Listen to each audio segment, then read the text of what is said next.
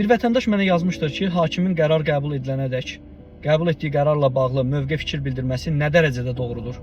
Bildirəm ki, bu nəinki doğru deyil, hətta hüquqa ziddir.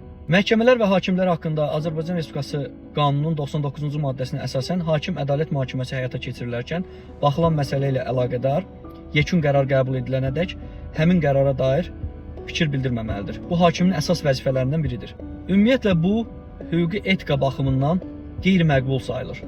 2002-ci ildə qəbul olunmuş Bangalore prinsiplərinin 2.5-ci bəndinə əsasən hakim baxdığı və yaxud da gələcəkdə baxacağı iş üzrə vaxtından əvvəl və uyğunsuz fikir bildirməkdən çəkinməlidir.